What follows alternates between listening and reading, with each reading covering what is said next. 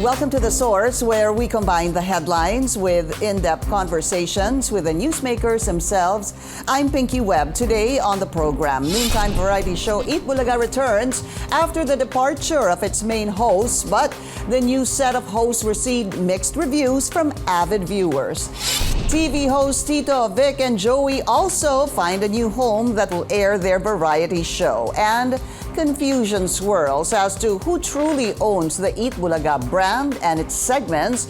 Is it TVJ or is it its production company? Tape Incorporated Chief Finance Officer and Dapitan Mayor Jalosjos joins us in the program.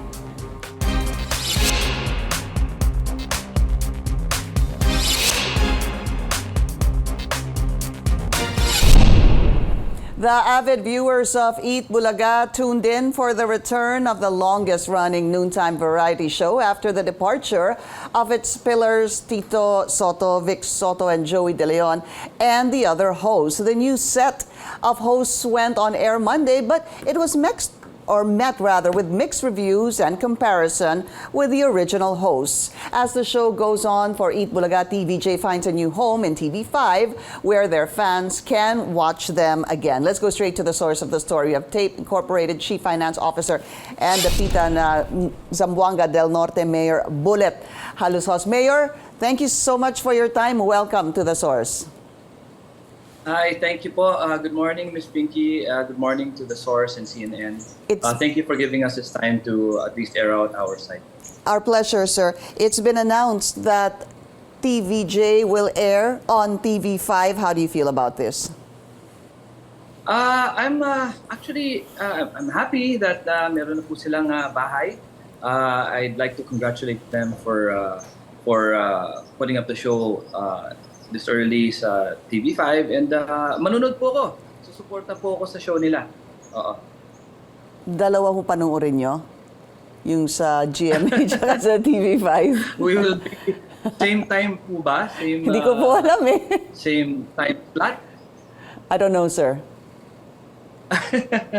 Well, kung hindi same time slot, manunod po rin ako sa kanila. Hindi, maaari naman ho talagang mapanood ang dalawang programa sa, na parehong oras. Even I do that. But I was just kidding with you, sir. So anyway, the press release really is that the MediaQuest Group has entered into an agreement with Tito, Vic, and Joey and the Dabarkads to produce content for TV5 and other MediaQuest platforms. Ang sabi po ng kanilang MediaQuest President and CEO Jane Basas, I'm honored that these pillars of the Philippine entertainment industry have agreed to work with us. Our partnership strengthens our ability to continue to deliver the best for our viewers. Mayor, are you at all concerned that the move of Tito, Vic, and Joey and the Dabarkads to another channel, TV5, will affect the financial viability, yung inyong pong kinikita sa Eat Bulaga? Well, that may be true, Ms. Pinky, but it is what it is. Wala po kaming magawa. As for now, we're just gonna have to take it in stride and work with what we have. Dito po, we're very happy. We're happy to have launched, to have mounted a show within 5 days, despite everything that has happened. Since May 31, medyo madami-dami po nangyari. Mahirap po talaga ang pagbangon ng Eat Bulaga sa GMA 7, but we're happy we pulled it out, we pulled it through. And we're also happy with them na meron na po silang channel na pwede nila ipalabas yung show nila. Okay, but do you consider this as a threat? Not really po. Because basically, we are not trying to compare. Kaya po I wanted to clarify, medyo nasabi kanina during the opening, na baka there was mixed reactions from the public regarding the comparison between the hosts of TVJ and our new host. Wala po dapat comparison. We never intended to compare TVJ and our new host. Kaya pag nakita nyo, wala po talagang resemblance ang aming host and sa kanila. TVJ will always be TVJ. We will never and we can never compete with them. We will leave it at that. And ang sa amin lang po, sana bigyan po kami ng chance para mabigyan naman ng opportunities ang mga bagong stars na makabigay kami ng platform to have them shine. Yun naman po ang essence ng Eat Bulaga po eh.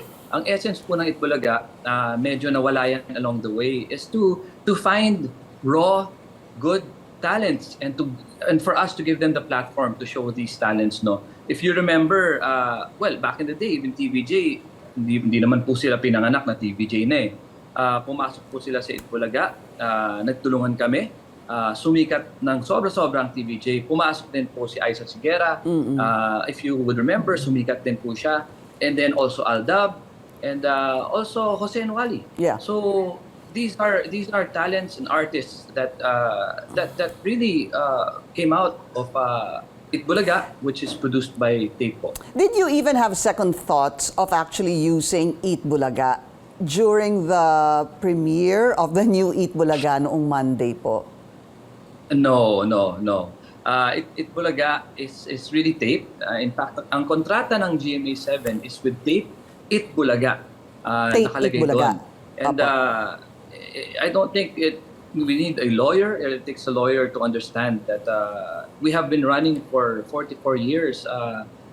Kahit yung mga lolo at lola natin ngayon, no, alam na ang Eat Bulaga is really in GMA7, and we will uphold the contract with them and them as well. So talagang yung show rin po na ipapakita namin sa Channel 7 will always be Eat Bulaga. But does that mean, Mayor, that TVJ cannot use Eat Bulaga?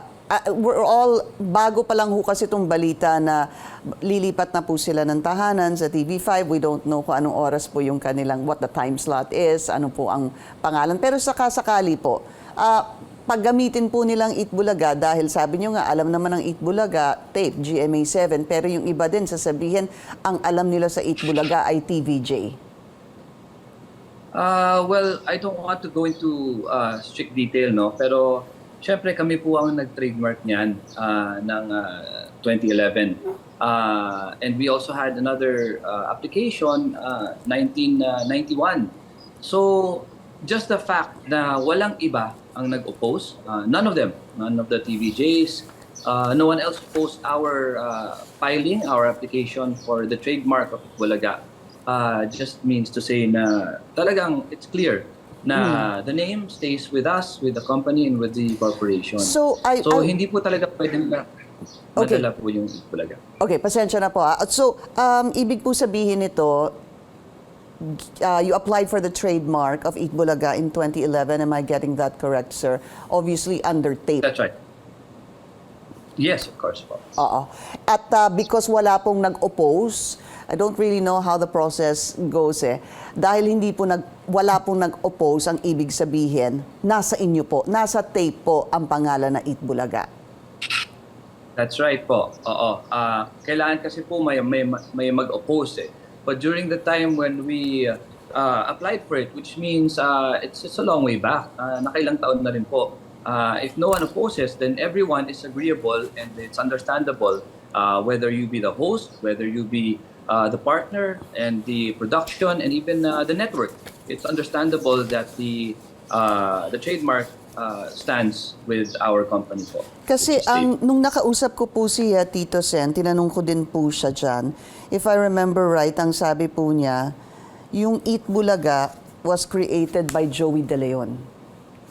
So it belongs to the creator. Wala.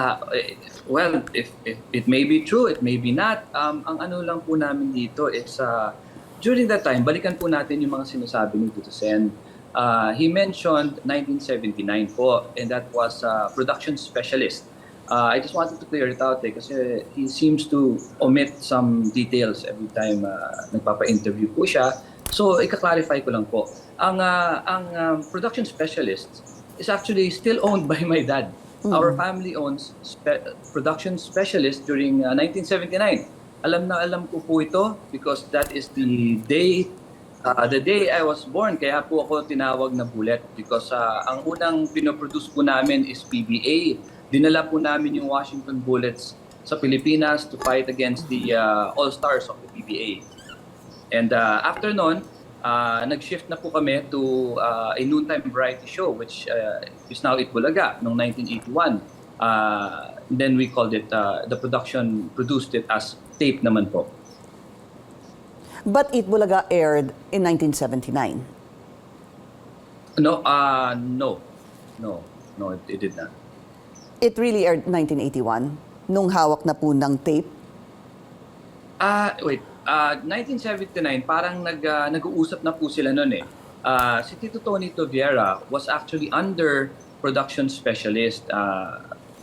Nag-usap sila ni Dad, and si Tito Viera was the one who looked for Tito Vic and Joey. And during that time, he was working and he was even employed under production specialist. So siya po yung nag-recruit kila TVJ during 1979 before launching, in preparation for launching sa Eat Bulaga tape in 1981. In 1981. I just want to go back to this, no, because naalala ko, may sinabi din po si Tito Sen na yung trademark that you possibly applied for only refers to merchandising. There's so many sections there, Mayor, no, that needs to be further clarified. But in essence, to simplify it, what he's saying is that that application is simply for merchandising only. What do you say to that? No po, no. There's actually a difference between a trademark and a copyright. Yung copyright is conceived upon creation of the product or the name or whatever. The trademark is conceived during the filing of registration. So yun po ang mas mabigat, and it encompasses everything within that time frame, no. So ang trademark should hold everything under the moon, the stars. It doesn't necessarily mean na yun lang rin yung hinahawakan namin. In fact, a big point that I want to clarify is there was no opposition. Just the fact that you're trying to or you tried to apply. Kasi meron po application po sila, nakalabas naman po yan sa media ngayon. Nag-apply sila during around February. I mean, yes, oo. And we have to talk about the intention kung bakit yung ginagawa yun, no? And how come only now? Kung meron po sanang opposition, dapat inoppose nyo na or kinilame nyo na during 1991, during all those years, 30, 40 years. Bakit umabot ngayon pa? And this is recently, 2023 okay. po. This can be quite long and complicated, Mayor, no? Yung pag-uusapan po natin yung trademark or copyright. I'll leave it at that. Yes, There's po. still a lot of issues to discuss, but I need to take a very short break. This is The Source on CNN Philippines. Please stay tuned. You're watching The Source on CNN Philippines. I'm Pinky Webb. Our source today, Tape Inc. Chief Finance Officer, Dapitan Mayor Bullet Jalosjos. You know, sir, to be quite honest with you, there was really something I wanted to read. I saw it's philstar.com. Ano po, it talks about intellectual property. Pero posibleng humaba pa po yung usapan. But basically, it says Yes, that sinasabi po dito that according to the World Intellectual Property Organization, there are 2 pending applications for the trademark registration of Eat Bulaga. The first one in Feb this year, and the second was filed a month later by Joey solely for Section 41. All right. As mentioned, there are other issues to discuss. It took, you had 5 days, hindi ho ba, to mount a show, the new Eat Bulaga, which premiered Monday with the new host. Tell us, how has it been so far? Nako, ang hirap po, no? Sobrang hirap. I want to thank everyone, no? Like he said, it just proved to everyone na hindi po talaga isang tao ang gumagawa ng or 3 tao ang gumagawa ng isang show or noontime show, no? As famous as Eat Bulaga. I want to thank all the men and women behind the lens, yung mga cameramen namin, yung mga director, yung mga floor director, yung mga writers, yung mga creatives. Besides the talent, napakalakas ng loob nila, no, to stay and to help and then to mount a show within 5 months despite everyone telling us 5 days, na hindi sir. kaya, despite people giving us advice na parang kung pwede, wag nyo na i-air. Nagawa po talaga namin. So I really applaud the men and women behind airing sa pag-launch namin ng month. That was a very energetic opening number, Mayor. Pero Yes po. be that as it may, talagang hindi ho maiwasan yung makumpara, hindi ho ba? And you already said that ayaw naming makumpare, pero hindi po maiwasan yan, especially in the comment section. Meron pong sinasabi, give them a chance, at may sinasabing hindi talaga mapapantayan ang TVJ. But are you happy, satisfied with the host, the program, and the segment so far? So far, ma'am, yes, oo. I am happy. We are all happy. Like I said, babalikan ko na naman, no? We are not here to compare. And right now, since meron naman po silang show na ilalabas, ang kagandahan niyan, I think, ang taong bayan ang nanalo. They can either... We may have lost the connection. Sabi po ni Mayor that because of this, yung bagong Eat Bulaga and TVJ and the Dabarkads moving to TV5, nabigyan ng pagkakataon ang Pilipino. Ang Pilipino nanalo, yung publiko daw. Basically, he was saying, we're gonna try to get him back on the line. The Mayor is in Dapitan currently, and we are speaking to him via video conferencing. So, a number of issues, hindi ho ba, na kailangan pag-usapan dito dahil 2 days ago, if I'm not mistaken, was a time I was also able to talk to Tito Sen about this. There was an interview with John, the brother of Mayor Bullet, and Mayor Bullet, exclusively doon po sa pep.ph, where it all started with really my interview asking the question of Mayor Bullet to Tito Sen. Tito Sen, ano ho ba talaga ang punot dulo ng inyong pag-alis? Meron ho ba kaming nagawa sa inyo? Gusto nyo ba kami umalis dito sa Eat Bulaga? To which Tito Sen had answered that a number of things. Why change it? Hindi na, mataas pa rin naman daw yung rating at hindi din naman daw nalulugi. Those were the 3 points also I wanted to discuss with the Mayor. Mayor, you're back? Yes, nag-brown out, sorry. Ano na lang po. Nasa probinsya po kami. Nag-brown out. Okay, sabi niyo po, ang publikong nanalo dito, doon po tayo na-cut. Yes po. Do I... Yeah, you said the public... Yes. Go ahead, sir. Yes, I think ang taong bayan, no, ang publiko nanalo. Considering na now, I think they have found their bahay, as you say, no, dun sa Channel 5. And if the people want to watch the old TVJ, then they can always look into that channel. Pero kung gusto nila makakita ng mas bago, mas masaya, mas energetic, with new faces, and they can always go back to EB. Going back to what I was saying, no, ang Eat Bulaga, the platform of Eat Bulaga is to really give chance and opportunity to all young talents to showcase their art, and para makita naman natin, mabigyan naman natin ng chance yung mga bagong talents. And this is what you did. You have Paolo, Buboy, Betong, Alexa, Cassie, and Mavi. I wanted to find out, Mayor, meron ho ba kayong hosts originally that you wanted to bring in that backed out? You know what, to be honest, yes, madami po, no. Hindi ko na lang sasabihin, but napakahirap po yung dinadaanan namin. In, part of our obstacles before mounting the show on Monday, ang dami po naming nakausap na mga talents na biglang pinaatras ng management nila because for some reason they were getting either threats from I cannot mention, I don't know who. But napaka-unfair naman po. Sana naman po bigyan nyo naman sila ng chance.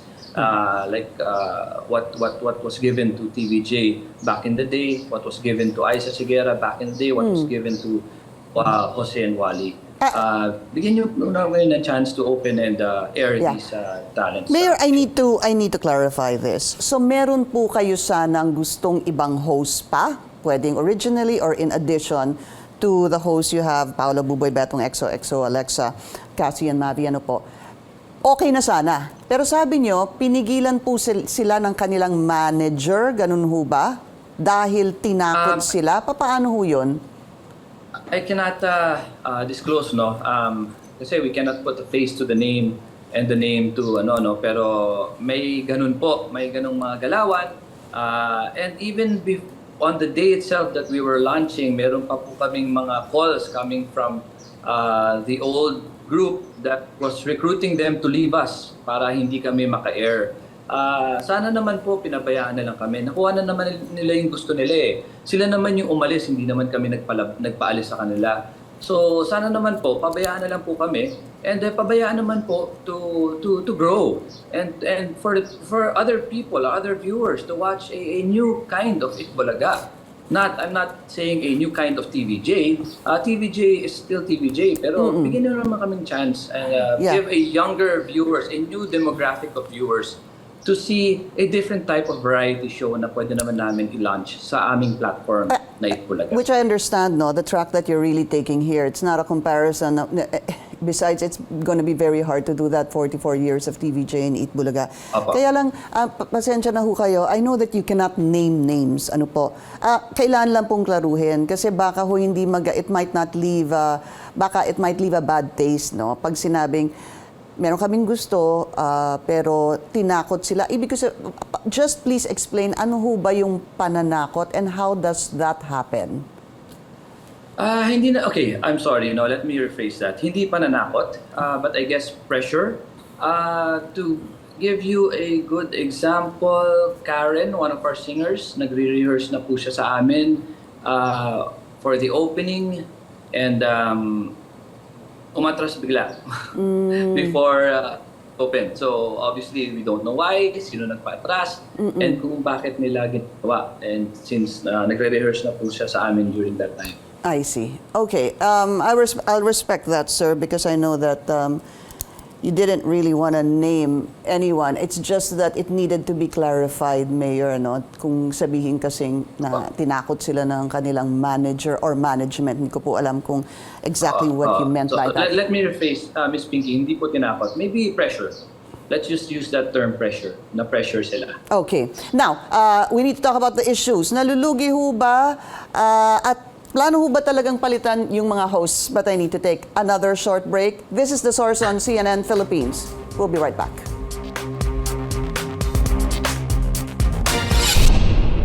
You're watching The Source on CNN Philippines. I'm Pinky Webb. Our source today, Tape Inc. Chief Finance Officer and Dapitan Mayor Bullet Jalosjos. Still so much to cover. Ito lang po, May 31. Wala daw silang planong magpaalam noon, sabi ni Tito Sen, but because you guys decided not to let them air, and I saw also the reason, yung mga sinabi po ng inyong kapatid, you and your brother, that's why you decided to do a replay, ano? Sabi ni Tito Sen, because of that, it helped them decide.